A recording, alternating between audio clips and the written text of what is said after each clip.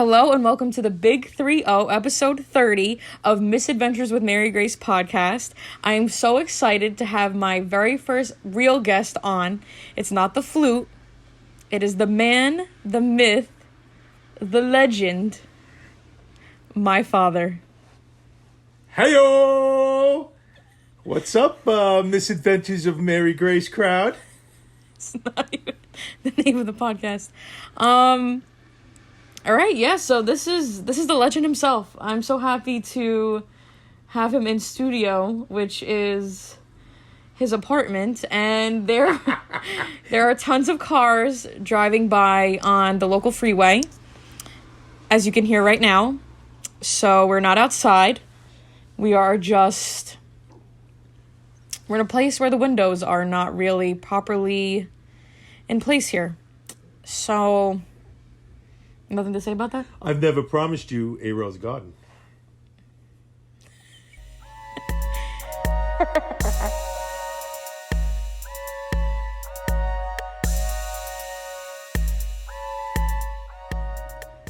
We could start from the beginning here, because this man is a character, and I think it's important that we start off at the beginning.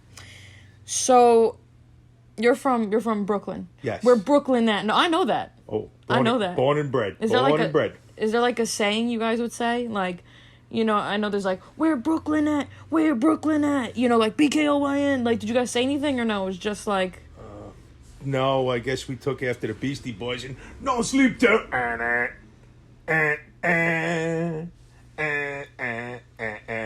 Brooklyn!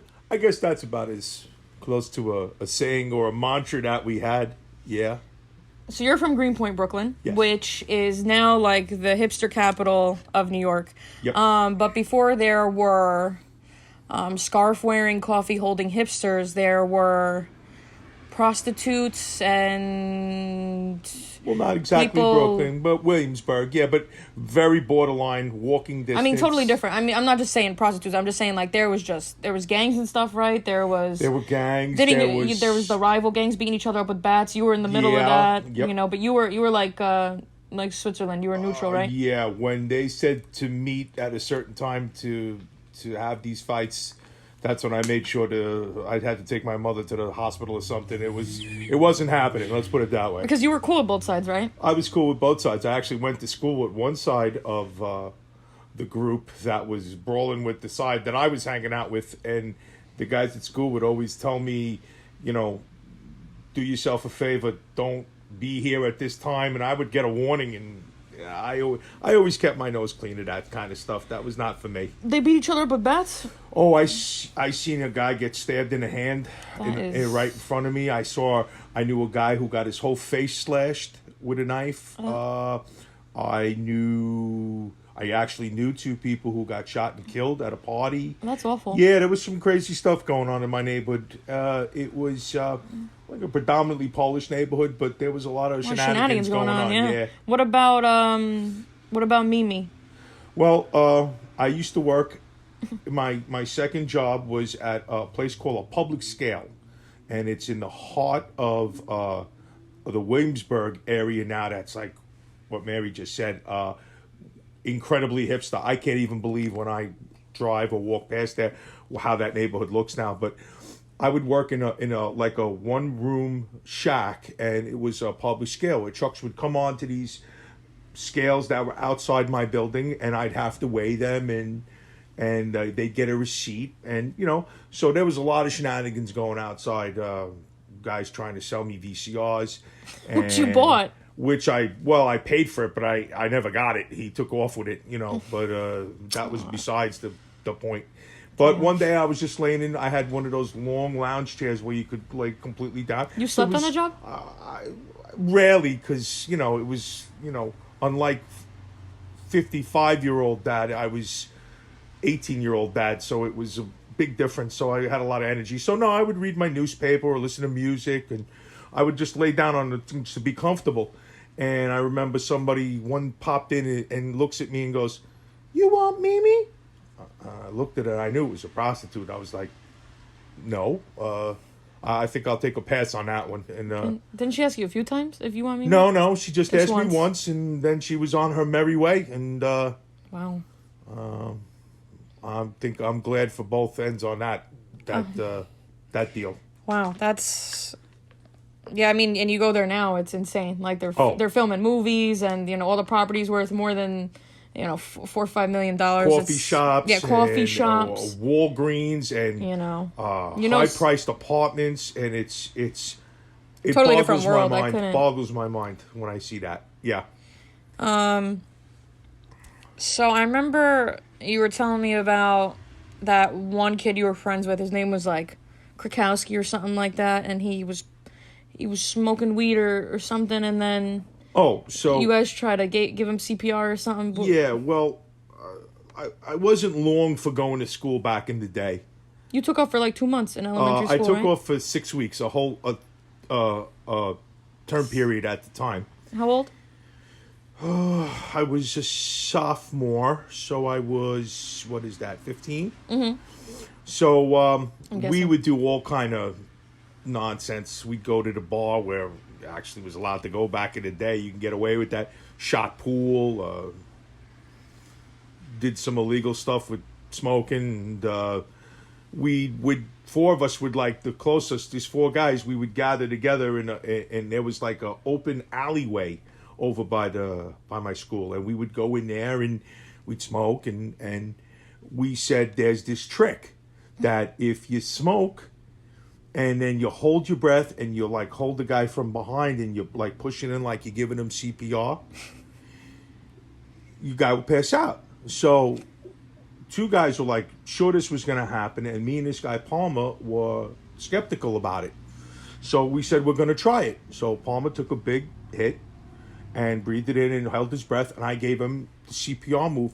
And then... So you almost had blood on your hands. Well, I definitely, because the other two guys were laughing the whole time. Either they were so high or were drunk or whatever. But this guy spun around like Ralph Cramden on one foot and hit the deck. And this guy was about 250 back in the day, back in high school. And I thought he was dead. I was like pleading with these guys, we better call an ambulance or something because he's dead. How long was he unresponsive for? Oh, at least a minute. And I was panicking, and these guys, they were laughing. Because you were the one that squeezed the abdomen. Yeah, I was the one who's going to go to jail for murder. But somehow, some way, within about a minute's time, he popped up in groggy haze, and I don't know. But I guess I skipped my jail term there, I guess. Wow, that's like that myth. If you step on the gas and the brake at the same time in your car, the car explodes. It's like that myth. Well, after this particular incident, I wasn't going to try any more myths. Let's put it that way. Or like I'll tell Nikki, who's my little sister, your daughter, just to explain who she is. I told her if she falls on a lighter real hard, she's going to do some damage. Don't they explode? Yes, they do. So her arm could fall off then. That's what I'm trying to tell her. Throw one of those real hard upside down with a little bit of the fluid in it, so it's not will a myth. explode. That's what I'm saying. So if she falls, I've seen it. If she falls on it, she could maybe explode. That would be interesting to see, but yeah, I don't know. It depends how she fell, but it could happen. Could happen, correct? That's what I'm trying to tell her. Yeah. And we have like a gas leak in the house, so I told her if she falls on her lighter next to the stove, it's a done deal. Us and the pets, that's it. Your sister's gonna be floating it out of space. Well, I tell her then. So that's.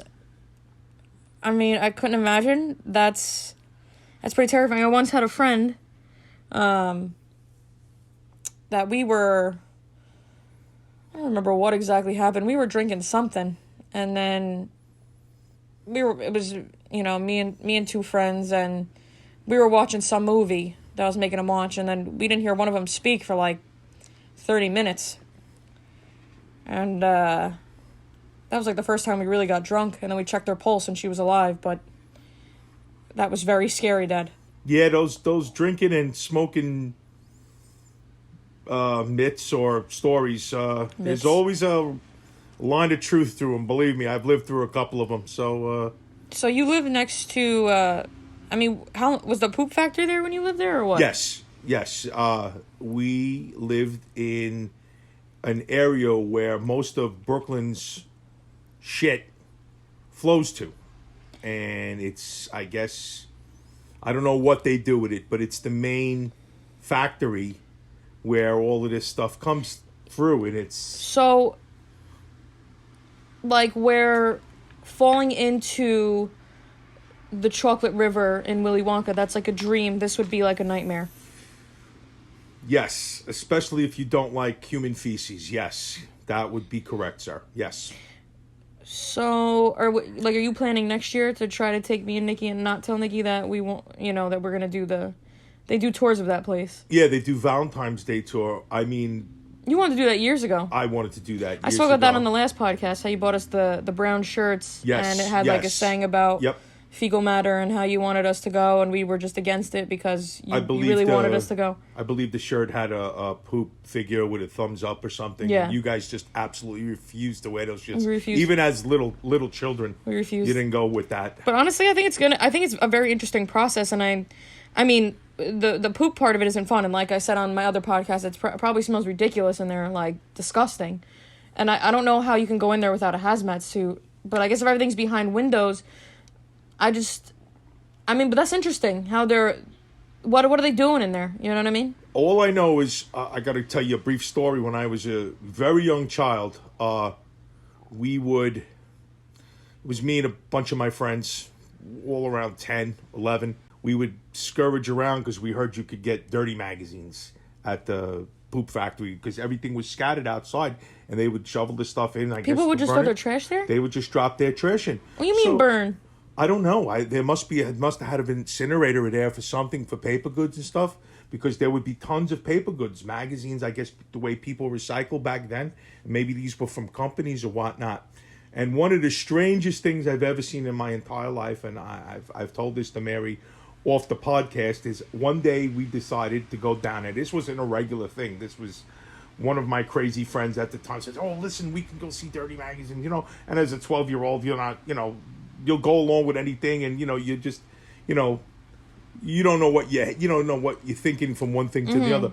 But we went down there to try to find some of these books, and or comics or Mad magazines or something to that effect. And we walked down there, and I will never forget this. There was a cow, an entire cow. It must have been about 500 pounds, dead, laying amongst these papers and these books right outside what Mary calls the poop factory. And I was just in shock. And I still, to this day, I can see the image in my head, and just like, for someone to go through all of that trouble to come out and dump a cow carcass in front. I mean, what did they think they were going to do? Incinerate this thing? Well, I guess it's like what we did with the mattress. I guess you just, when you put it on the side of the bank, it's not our problem anymore. The bank's going to have to get rid of it. The bank's been doing that for years. I've always been trying to figure out in my head what happened there. Was somebody trying to take this thing to the slaughterhouse? Because I'm thinking maybe they have to get rid of it in a certain way, and they didn't want to pay for it. They didn't want to do it the correct way. Like I said, isn't that the second mattress we put on the side of the bank?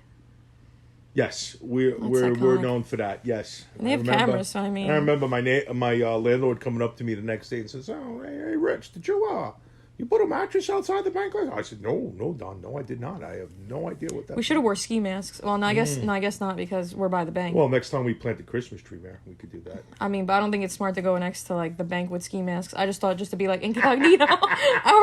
We'll get busted for ski masks. You robbing the bank? No, we're just leaving our mattress. I didn't think that, but that's good. Yeah, we have a Christmas tree outside that has been there for what now? A month? Yeah. And things brittle as all hell. Yeah. A couple of years ago, me, you, and your sister tried to plant one by the bank. It didn't happen. No, it stayed there for a little bit, a year. Yeah, right. Well, that was back in Maspeth. Then we tried it here in Long Island. It didn't. In Long Island, work out well. We tried to just shove it in a dirt area, and hopefully the Christmas tree would grow. But we actually did that back in Queens when we lived in Queens. We shoved it right in front of there was a liquor store in front of where we lived, and we just shoved it there, and it grew there, right? And nobody touched it. But nobody touched it. Nobody touched it for a long, long time. It's fantastic. So you were a back slapper back then, slapping backs of people with leather jackets. Why did that? What was the cause of that? Why did you do that? For some odd reason, back slapping and backslapping of my friends and cohorts have followed me throughout my life. It started early on in high school. We all wore leather jackets, which You were too? called all the time. Wow. I believe I still have my original. And MC they were jackets. called MC jackets, a motorcycle, of course. None of you rode? No, of course not. We Wow. were all in high school. We Just bikes? We're lucky if Scooters? we rode bicycles. Yeah, I don't even know that. Everybody had big dreams, but none of us rode motorcycles. And to this day, as far as I know of, maybe Eugene did. And his name was Eugene Sokolowski. So one day the teachers called out his name. He said, Eugene Sokolowski. And my other friend, Cadrell, yelled out, Sucker what? They did that all the time? They did that to him all the time. And he wound up being a pretty big dude. I would never Beat your ass. tell him he was going to suck on something. But that's besides the point. Anywho, so going back to your story, we used to like to sneak up on each other, especially me and the other guy that I gave the Heimlich maneuver to earlier in the This is before or after the almost near-death situation? Oh, this was probably before. But Okay. we had in either freshman or sophomore year, we'd have this thing where we'd sneak up on the guy and slap him as hard as you could in the leather jacket. So this was like a competition between us. It got Who could so slap crazy. the hardest? So, and it was good. You'd catch somebody in like a hallway, and the sound, the echo, it was like you were slapping somebody in the Grand Canyon.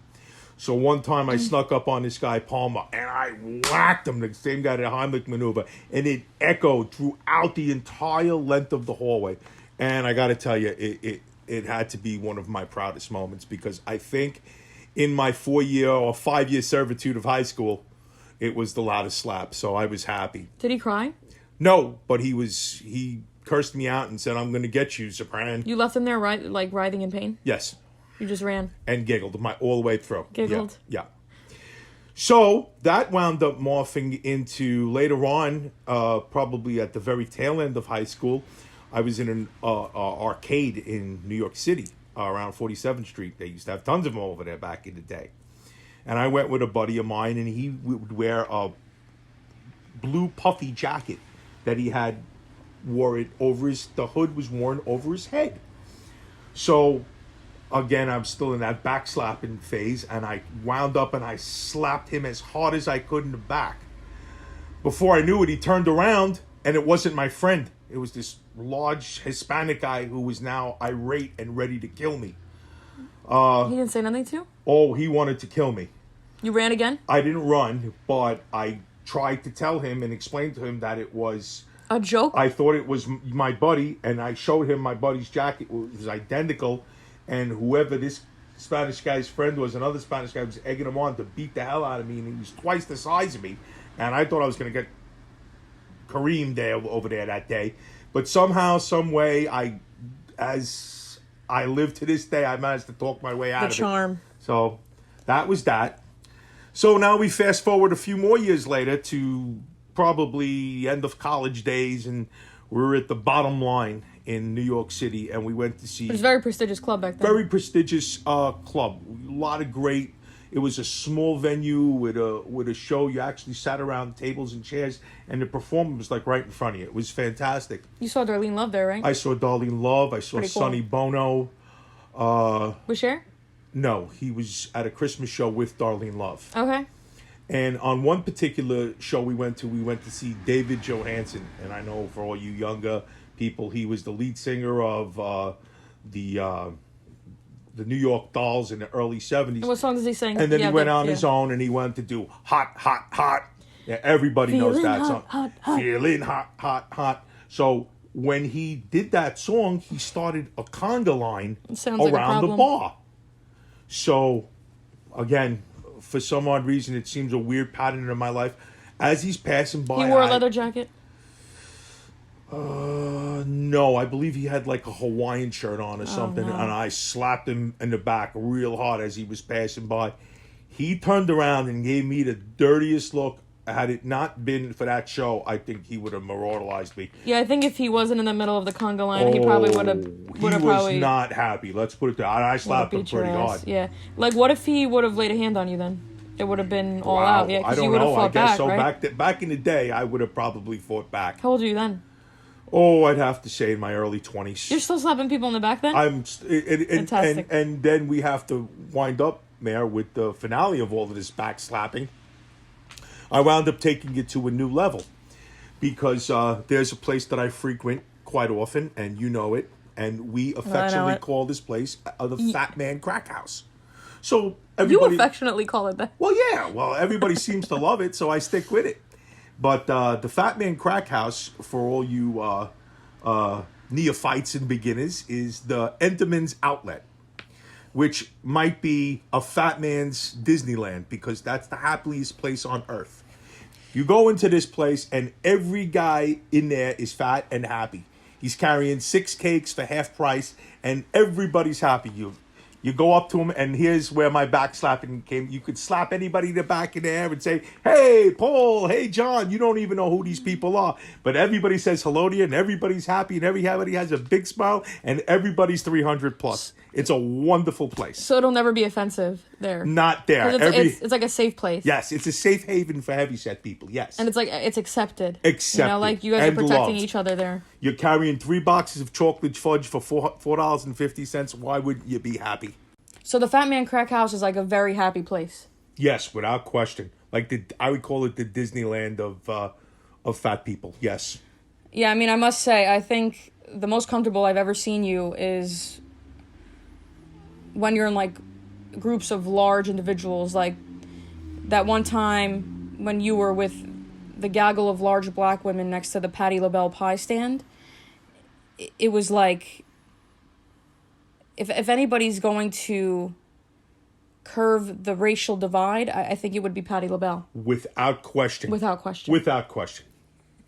So do you believe like fat people of a feather flock together or no? Without question. Unless it comes to sex, then it's bad. Then you don't want 2 large people knocking boots and causing earthquakes or rumblings around the city. Other than that, yes, I believe that large people like to flock together when it comes to food, but no other reason. Do you feel like you feel comfortable around larger individuals or no? Well, I'd like to be the lightest one in the group so they would call me skinny, but other than that, yeah, I'm okay with it. You know, I own it up. I'm all good. I'm living large. So speaking of food, I know in college you did a presentation on a melon. Yes. So you can fill me in on that. We had a class where it was you had to have a demonstration. It was for speech class in college, and you had to make a demonstration. So I was lucky enough to my partner in crime at the time was a guy named Bill who was good friends with me growing up, and we were in the same classes together. So in demonstration class, we were always very nervous, and we would drink ahead of time. So we were asked to make a presentation, and my friend decided he was going to demonstrate how to spike a Casaba watermelon, which is a large watermelon. I don't think it's a watermelon if it's called a Casaba melon. Well, maybe it ain't, hon. I don't know. But it was a large melon. And you didn't even do your research on the melon? No. We just winged it completely. And we took the bottle of vodka. We just jammed it into the thing and to the melon and cut it up and served it to everyone. So I just find it hilarious that during a college course we're drinking vodka-flavored melon or eating vodka-flavored melon. And weren't they like, well, that's the technique? Like, people really believed it was... We were just winging it, just being idiots. But people believed it was like something... People were raising their hands, asking us serious questions. I remember one young lady lifted a hand up and asked Bill, what is a Casaba melon? And I think we heard the word Casaba melon off Bugs Bunny or something, and we went with it. And Bill explained it in a physiological way. He said it's a melon that's grown in the hearts of Africa and grows to a great length, and Which is completely made up. which we just winged it. Yeah, it was all winged. And weren't they asking, like, where do you get the melon? How much alcohol do you put in it? Yeah. It was just winging it. And What did you get on that? What was the grade? I don't remember, but I remember my favorite thing was at the end of the course, my professor wrote down I should become a professional comic, which Oh, you're hilarious. seems to have morphed into my daughter. So, I was things out very here. happy and proud of that. So,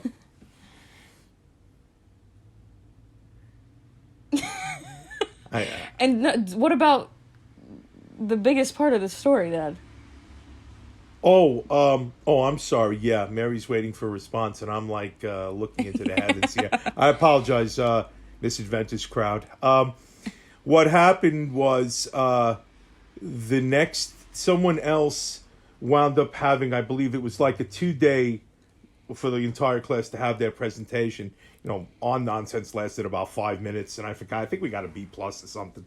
The next day, people were having these speeches where one girl me and Bill always sat in the back of the class, and one girl like broke down telling her story is like, I'm sorry, but my family is a family of alcoholics, and I know there were people in this class who glorify alcoholism.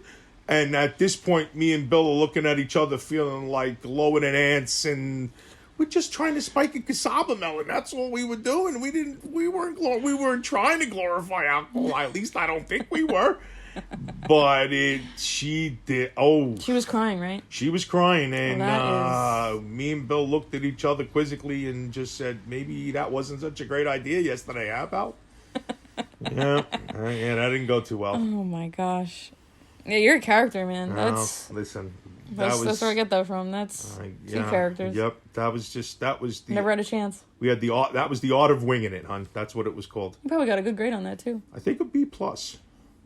That's pretty good for putting alcohol in a melon and calling it a day. I remember the professor had a slice of the melon, so I think it was pretty good. I think he enjoyed it. You guys over 21 then? If not, we were real close to it. Wow. Yeah, I think so. I think, it Wow. was college. Yeah. That's amazing. Yeah. That's like the one time I had to do some kind of, I had to do some presentation in biology for extra credit because I had a really tough time in biology. I used to tell you about that. And we had to do it on like some kind of process where like a neutron becomes a proton and becomes a protein or something. I don't know. So I had to do like a presentation on that, and then I presented it, but like I presented it just how I'm talking now, like very like quiz, like very unsure of what I was even presenting on, And then a bunch of people were asking me questions, and I just told them, I think that's for Google to answer, Well, that's good. You're ahead of the curve. I would have cut that class. Fantastic. Yeah, you were never in school. Well, I did take You took off a month, right? I took off a 6-week period in high school. Period. Yes. To drink and play pool. I returned to my spot in gym 6 weeks later, and my professor's her name was Mrs. Lax. And she said, Richard. And she would say my last letter of Richard with a T. Richard, where have you been? And I'd said, relax, Mrs. Lax. I had business to attend to. And business. So she's, she wasn't too happy with that, me returning. But somehow, some way, it got smoothed over. I got zeros for that whole marking period, as you could probably guess. But relax, Mrs. Lax. Relax, Mrs. Lax. I love that. Yep. So, baseball season's coming up or no? When does that happen? Spring training, I believe the first games began today. You think the Mets are going to be good this year or no?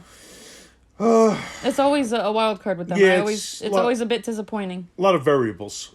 I think with any team has a chance, a lot of things got to go right. So I'm hoping it will be on the upswing, but there's a lot of variables. Remember, I think 2 years ago, like the Mets were so bad, and then there was some inebriated woman coming up the steps, And you could tell she was sick, and she was drinking. And she looked like, just like paler than a ghost. And the Mets, I mean, they must have been losing by like, what, 5 or 6, which is the usual. You know, the Mets, it's always back something. In the day, yep. It's always something. And she's walking up the steps, and she's ready to vomit. And I remember our whole section started chanting. Yeah, and it was all because of this guy. What was it? We want chunks? We want chunks, We want chunks. We want chunks. We want You're not going to do it with me? We want chunks. We want chunks. We want chunks. That's awful. And then she threw it right in front of us. That was like, you know, like when you're at SeaWorld and you're like in the splash zone. And remember the worker came up and then she put that like evaporating powder on it. It just disappeared. It was disturbing. And she missed some. We had to call her back. It was. Oh yeah, we said you forgot some because it was right next to us. It was disturbing. Way more interesting than the game. Yeah, I mean that was the highlight. And this girl in her crowd wound up leaving, and she left the yearbook behind. So I wound up scoring a free yearbook. You scooped that up. Remember when that person was reading at the game? That's amazing. Remember? I was telling you they're reading the book, and I pointed it out to you. They're reading a book during the game. Wow. Talk about having no interest. But I mean, the Mets, when they're bad, they're bad. I mean, me and you used to sleep during games. Yeah. Yep. Good times in bed. We paid for those tickets, too. A lot of bad times, but yep. A lot of bad times. Mm-hmm. Love that team, though. I mean, you know, we're going to go down in flames. I mean, we can't switch sides. That's just not in our DNA, you know what I mean? It's like, you know, being the bottom people of the Titanic. It's just Met fans. You're stuck. And honestly, like, you know, if we can't root for the Mets to win, I guess we just, you know, we always have the Yankees to root against. That's true. That's you know, it's always something. Yeah, it's always something. Always something. So, and that was next to the Queen's Museum. Yes. We went there only once, correct? Correct. One time too often. One time too often. We went there. We were so excited because, you know, we were on like a modern museum kick, you know, right? Yes. We were trying to check out all these different places. Uh-huh. And the one time we go, the exhibit is on trash. It's the trash exhibit at the Queen's Museum. And it's just like litter that was turned into tables, but it's like not where it looked like a wooden table. It was just like cans and bottles, like. It was cool and all, but I just didn't expect that to be, like, a museum that we gave a donation for. Knowing you, we probably didn't give a donation. No, we just walked in. It really was just, like, a lot of weird garbage going on over there. Remember they had the photos of the girl running around picking up trash? It was, like, her picking up trash in the park, her running around, like, her running around a parking lot, and it was just, like, her, like really, like, feverishly running. Yes. And it's like you saw, like, you know, it looked like her toupee was going to fall off. But her with like the stick and everything. There was like still photos of like her with a mop outside a bathroom, then her with a mop inside a bathroom. She was mopping concrete, right? She was we all looked at each other and we really were like, just let's get the hell out of here. The whole exhibit was on trash. Yes, it was all about trash. Yep. And it was trash. And my favorite part of that day was sticking about 20 circular newspapers from the museum into your sister's book bag. Her taking it home and finding it like a day later. That. She found that like months later, and it was all like pamphlets on the trash museum. Yeah, we haven't had many great experiences at museums in general. I mean, well, modern art sort of kind of sucks. Modern art is like modern garbage is really what it is. Like, I don't know how anybody enjoys looking at that stuff. Like, I remember one time we went to, it might have been even the trash museum part of it was modern art, and it was like a shoe she found, and she put some dirt in it, and then she put like grass in it, and she painted the shoe, and that was like modern art. I mean, I feel like I could have brought something of my own from home and then just like put it there, and I think people would just stare at it and like have their hands on their chin, and I don't think people would know the difference. I don't think people would question it. I think it would just be like, okay, like that's modern art. This represents life and death. This represents, yin and yang. And one day we should do that. We should like as an experiment have our leftover meal. Like falling just like the cups scraps. and The scraps and just on our table, our eating tables here, and just. And we could put like just like a little tag like the artist Mary Grace. Like people would literally sit there and be like, "What is this? What is the meaning of this?" Zot. Zot. And then that also reminds me of the time we went to that modern art museum in the city. What part of the city is that? The Village, and it's the new museum. The new museum. So we went there, and the one time we decided to go there, I mean, how old was Nikki? How old was I? Oh, your sister had to be about 11 or 12. So that was about 8 years ago. I'd say she was 12, so that was 8 years ago. Yeah, that was quite the disaster. I mean, we went there, we thought that we were going to be seeing, paintings and maybe like, some statues or something. We go in there, and apparently the whole museum is dedicated to like superheroes, gay superheroes having sex with each other, which is, that's fine and all, but I mean, we had no clue that that's what the exhibit was. And then Nikki, my Gik was what, 14? 12. Staring at, trying to make heads or tails of what's going on here. Superman giving Batman the business or something. Yeah, and she just starts giggling, and everybody's all serious in this. Yeah, she was giggling. We were like, some kind of atrium. And then I just started laughing because I just thought it was, how ridiculous is this? And I'm bringing my kids to see this. It was floors of it. 3 floors. It wasn't just like I could see like maybe one picture or whatever. This guy, wanted to just. It was the whole. There was like 6 floors of just. This guy superheroes. Had some kind of fetish with superheroes. I don't know. I don't know.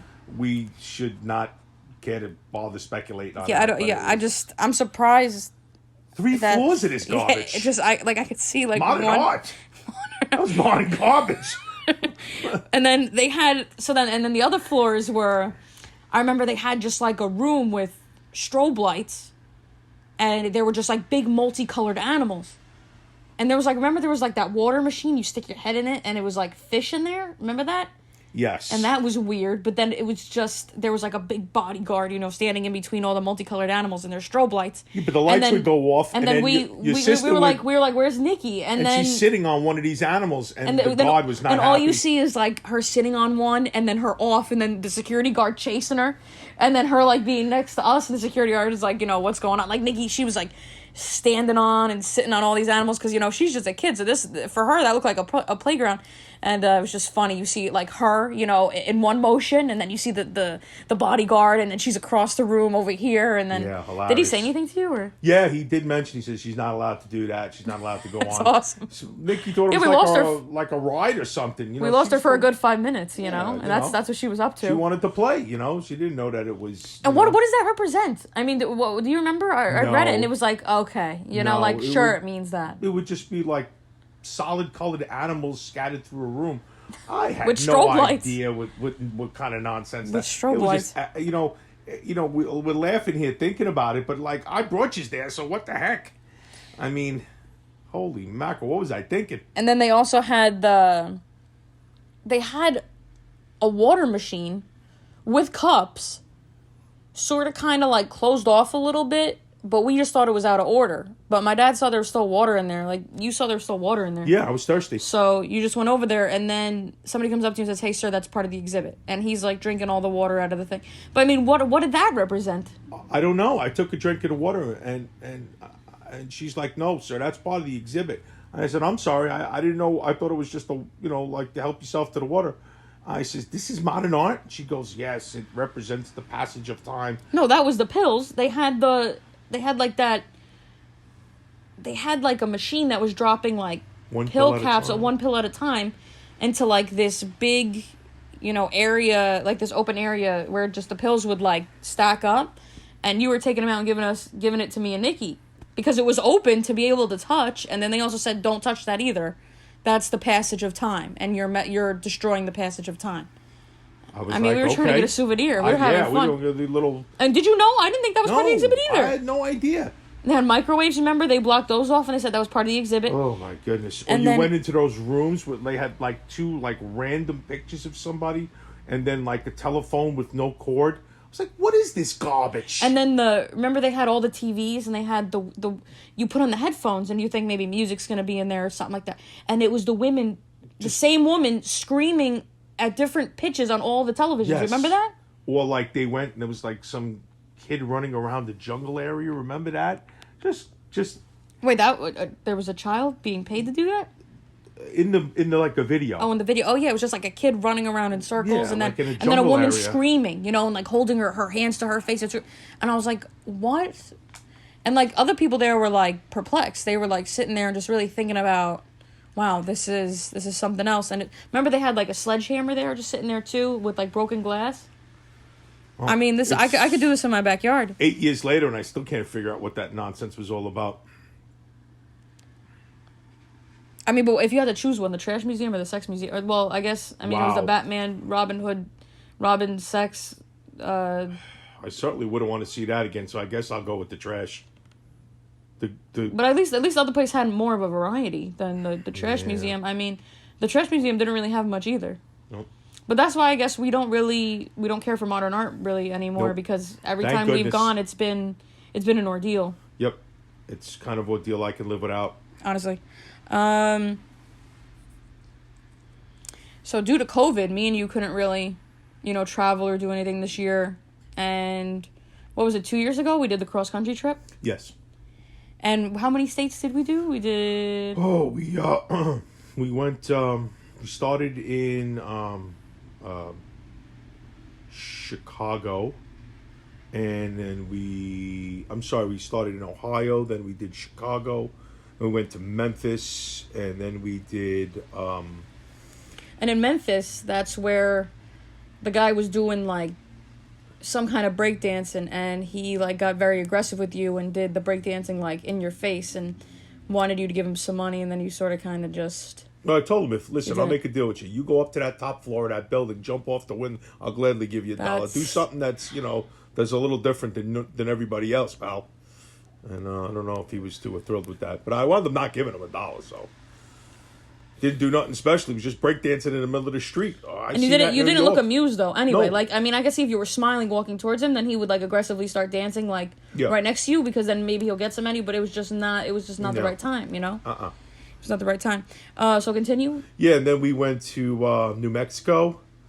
New Mexico is where we needed to get gas, and we saw a place that looked like a gas station. It was a gas station with no pumps.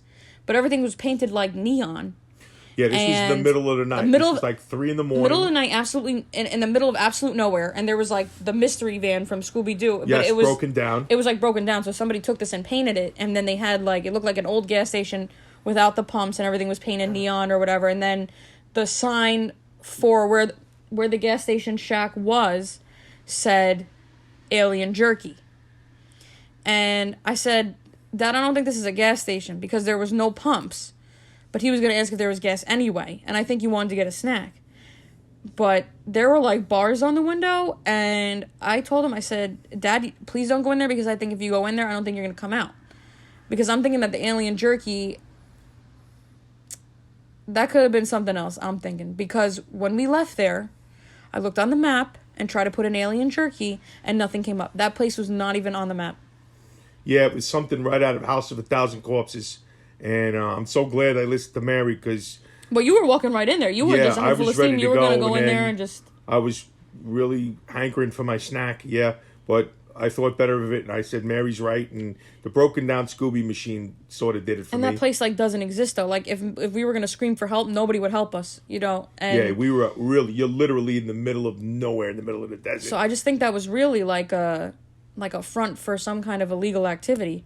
Or maybe, I don't know what they would have did to us in there, honestly, because like I said, that place did not show up on the map. And they made it look like it was a friendly place, alien jerky. I wouldn't be surprised if there were actual aliens in that place. Right out of House of a Thousand Corpses. Something that really wasn't no joke. Yeah, Scary stuff. I mean, we're lucky that we didn't go in. Yes. Because I didn't need that crumb cake that bad. Crumb cake. And where else did we go? Then we wound up in Arizona, and we had Nevada, where we had the famous exploding tire glue trick. What were you trying to do with it? You were trying to test the tire, right? Because we had like the low tire. Yeah, the tire. And we were like kept going we were in Arizona already, so that was like we needed to get back home. We had to bring the car back to New York. So we didn't want any issues. We didn't want to have to call anybody or, them make us try to pay for anything. So he brought his kit, which had the tire inflator with it. And you put in the wrong attachment? Or what happened there? I put in the attachment that it's like a glue that you could put on the tire to patch a leak or a slice in the tire. And I have to admit, this is the first time I ever did it. So I attached it and pressed the button, and it shot the glue all over us, all over me. It was like all over, Mary. and the scary part is it was all over our faces. Like the clothes is whatever, but it was all over our faces, and like it's like rubber, so it was drying immediately. I still have those shorts. Yeah, I have my pants are ruined from that. I had to I tried to peel most of it off, but now it's like a brown stain, and I still wear it out because it doesn't look like shit or anything. It's in the front. I mean, if it was on the back, then I couldn't wear it because it would probably look like I shit myself, but the front, it's just like a big brown stain, but that's like the style now. So like if anybody asks me, I say, oh, I got these, from a garage sale or whatever. I'm making it like it's like the style, but it was literally because you put the friggin' rubber attachment on, and that was embarrassing going into that bathroom too, with like the rubber like hardened on their faces. Yes. And I was in there scrubbing everything off. There was kids in there, and it just. The worst part about it, though, you forget to mention that it was all over our rental car. We couldn't get the stains out. That was bad too. Yeah, there was we peeled the rubber off, but it still left like a brown stain there. It looked like a grease stain. It looked like a grease stain. So that was our last stop there, and then we can get into what California. We did. Yeah, I don't remember anything. Then after we did Arizona, Nevada, and then we did California, and then we headed back to Minnesota for that great We did incident. California to Minnesota in how long? 27 hours. 27 hours. That's crazy. We drove for like 24 to 27 hours straight through. Straight through. And then that's when we went to a Twins game there, which is baseball. And then somebody left a cardboard sign on our car that said, what was it, hey asshole or something like that? Something like that. You're parking in my spot. And we were laughing because we were like, what is this? And then we got friggin' attacked and accosted by this old man, and he was like screaming at us because for some reason he rented that spot, but we told him, we said, hey, we're not from Minnesota, we don't know. And some lady that worked in that office building allowed us to she put in the information and said that we were allowed to get that spot. Yeah. And then this dude came out and he was just livid, irate. If my dad wasn't there, I think he probably would have killed me, I think. He was not happy. Yeah, he was losing his mind, honestly. Being a little bit aggressive. And then we quickly got in the car. We were able to get in the car. Because he sort of kind of ran up on us when we were already in the car, pretty much, right? That's what it was. And then he was getting really close. And I backed up. And I thought I was going to back over his feet, but I didn't. And I drove off. And then that's when you threw your soda out the window. Just missed him, right? Yeah, I kind of aimed it at him. I just missed him. Yeah, but now that we think about it, I wish we would have, that's assault. We could have called the police. He was trying to assault us. So. Well, he's lucky I didn't get really mad. I would have went out. I would have knocked him out cold, pulled his pants down, and took his wallet. But he's lucky I'm a calmer, gentler race now. I mean... I'm just telling it like it is. But, back in the days, I would have robbed him. I would have turned around and robbed him. I wish I would have had my mace then, too. Yeah, that was a bad crazy situation. Yeah, it's not a funny situation. We're making a joke out of it, but it was like that was terrifying. We were kind of unprepared for it, and that's like what you see on the news, and extremely tired. And then we wound up in the next city, which was Illinois, which was just about our second to last stop, and we found out this guy had keyed the front of our car, a rental, and we're lucky it wasn't our car. I mean, it was a rental, which is awful because he literally. That's destruction of property. That would have been I wish we would have called the cops, but he was a maniac. We had to get out of there. We didn't see it until we got to Illinois. So I was like, this dude literally keyed our car. And then, so what we did was, when we brought the car back, which is fantastic, because we've had a lot of issues with rental cars. I mean, the previous time we did a cross country trip, it was, where was that with the other one? Oh, I don't remember, hon. But remember. Yeah, we got a crack in the windshield or something, a small crack in the windshield. We had a crack in the windshield, and then, we hit something where, the undercarriage of the plastic undercarriage was loosened, and it was dragging a little bit. And, they inspected the car, and they didn't see that, and then we took, rose petals, or, what are those pink plants called? The cherry blossom petals, and we put it over the crack in the front, and they didn't notice, yeah, was awesome. There's a cherry blossom tree outside, Mary's mom's house, Yeah, and so- we just loaded it up with cherry blossoms to the point where... And we got away with it, which was pretty awesome. And then with the other car, so we had the exploding rubber incident, and there was like a grease stain. So we had that, and there was other issues with it, or no? It was just that. There was something else too, but Yeah, I don't remember. Oh, the key, the front, the whole keyed, yeah. front of the car was keyed, and then it was awesome. We had like this old lady that you could tell, she had these large glasses on. So what we did was, with the rubber grease stain, we sprayed the whole car, all the seats with water, so all the seats looked a totally different color. So, for example, it was like light gray, but when we sprayed all of them, they all looked dark gray, and then you couldn't see the grease stain. I think I used Armor All spray. Yeah, so we sprayed everything. Like for a tire. Well, it was like a liquid. It was like a water kind of like solution. So then we put that all over the seats where it made all the seats look like it was that color. And then she didn't notice, which was awesome. And then we could breathe easy. And then she like took a good look at the front of the car where it was keyed. And we were like, that's it, like, busted and disgusted. She's going to make us pay for the whole front fender and everything. And she completely missed it. And then me and my father drove off that lot faster than... You gotta love those googly-eyed old ladies, man. Yeah, we love them. We drove out of there so fast because once you're off the lot, they can't do nothing to you. Legally, they can't do nothing to you. Nope, we were out of there. So that was Feet definitely... don't fail me now. That was something, man. Yep. So... Yeah, we're very lucky when it comes to that stuff. Yes. We've actually got away with... But, like, none of that was our fault. Like, the freaking... There was like a squirrel dropped a nut on our car and friggin' broke the windshield. And it was like, what is that? Ugh. That happened. And then... Ugh. Well, then the rubber was our fault. But then the keying wasn't our fault. And I don't think in that case they should make us pay for it. Nope. But then we weren't paying for the insurance either. So they could say, well, if you paid for the insurance, it would have been covered. Sure. Because we never do the insurance. We like to live wild. We like to live on the edge. We like to save money. We certainly do. Sweetly. So we did that. Yes, I mean, we had a lot of fun on the road. But it's just... Fun hijinks. Yep. That's tough, though. I mean, it's tough being on the road for that long. Because you're just tired and anxious. But yeah, this year we have nothing really going on because of COVID. Nope, just a lot of Pac-Man and a lot of sleep and yeah, you and that Pac-Man. A lot of eating. Pac-Man machine is gonna be the death of me. He got a new Pac-Man machine, and he had one of his friends come over, and his friend has like a 64,000 score, and like I'll be sleeping, and he's over there playing Pac-Man, and he's getting aggressive and violent with the Pac-Man machine. And I said, hey, if you continue that, you're gonna break it. And he still shakes it, and he still punches it. Because he can't get past 25. And I said, Dad, that's okay. It's going to take time. Did Caesar build Rome in a day? No. It's going to take time. Did Albert Einstein create math in one... I mean, however old that dude was? I mean, did he do that instantaneously? No. He had to do the X, and he had to do the 3.4, and he had to do the... how many times is this going to... He had to figure all that out. So, I mean, it's going to take time. So you can't get angry. Well, all I could say for all you kids out there, the bet is, will the Pac-Man machine go out the window? But the next time I'm a guest on Mary's podcast, so we'll keep you updated on that one. Well, I think that about wraps it up. Do you have any like final words? Do you have any like words of wisdom or?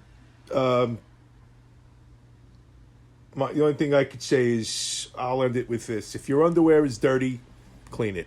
I'm giving 2 thumbs up to the audience out there. You got the best podcaster in the world right here, my daughter Mary Grace. And in the great words of the immortal, a great man, I'll be back. Bye, crowd. Well, I love you, Dad. I love you awesome, too, man. So, fist bump. There you go. Peace out. Peace out, brothers. Deuce. Deuce. Hasta luego, Misadventure crew. Love yous. And like Arnold said, I'll be back. Again. Again and again and again.